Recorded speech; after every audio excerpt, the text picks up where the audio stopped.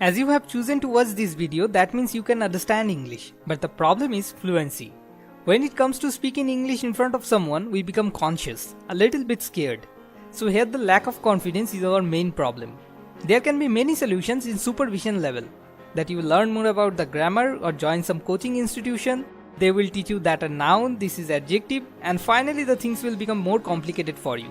So that is not a permanent solution. Let us find the root. Have you ever noticed whenever you speak in your mother tongue, you think also in your mother tongue. But in case of speaking English, first we think in our mother tongue, then we translate it into English, then we speak up. That is the problem. That kills the fluency. We have some words in our mother tongue associated with every action or things. We have English words also, but our habit is to think in our mother tongue. If we can change our habit to think in English, then we can easily escape the translation phase. So the main key here is our habit. Try to remember how you had learned your mother tongue. And if you can apply the same techniques here also, you can easily learn English. If you observe deeply, there were two steps in learning our mother tongue. The first step was observation and the next was practice. Now let us come to the first step, that is observation. Every child is a very deep observer. As they have nothing to do, they just keep seeing things very carefully around them and then they try to copy others. A child watches his parents to fight with each other, he learns to show anger. And basically whatever they see, they try to do. They fail, they practice, again they fail, and this way slowly the communication becomes fluent. Now the question is, how can you observe someone speaking in English because there is no one around you whose primary language is English? Here comes the benefit of internet and television. You need to watch something related to daily life in English.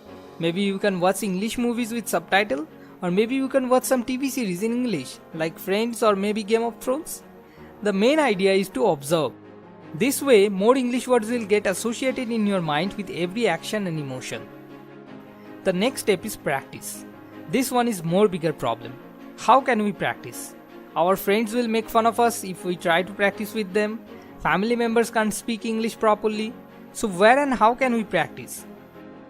One way is you can write a daily journal. To write first you have to think in English. So this can help you a lot. And after a few years, when you will look back to those diaries, it will also become an entertaining thing for you. Another way is you can practice by talking to yourself in your mind in English. As you know, the main problem is our habit to think all the time in our mother tongue.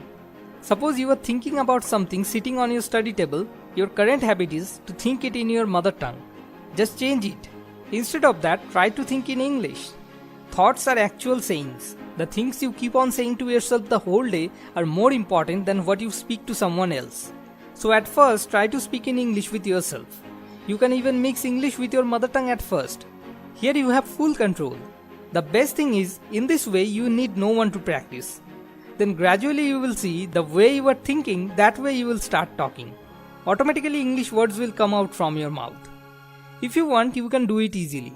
If you don't practice to think in English at first and try to speak directly with someone else, for sure you will fumble.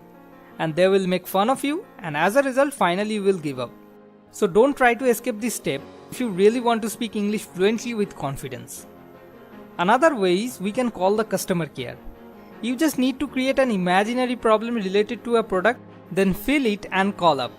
Try to make them understand what you are trying to express. The job of your friend is to point out your mistakes, but their job is to understand you. So I think that's a great idea. Another great way can be finding the solution of the biggest problem of your life by thinking in English. Suppose there is a mother who is saying, "Oh, I'm very tired today, I can't move that much." But the moment her child is in danger, the mother releases her all energy to protect her child. Whenever there is a problem that is huge, the mind releases its energy to find out a solution. And mind has the power to do anything and everything.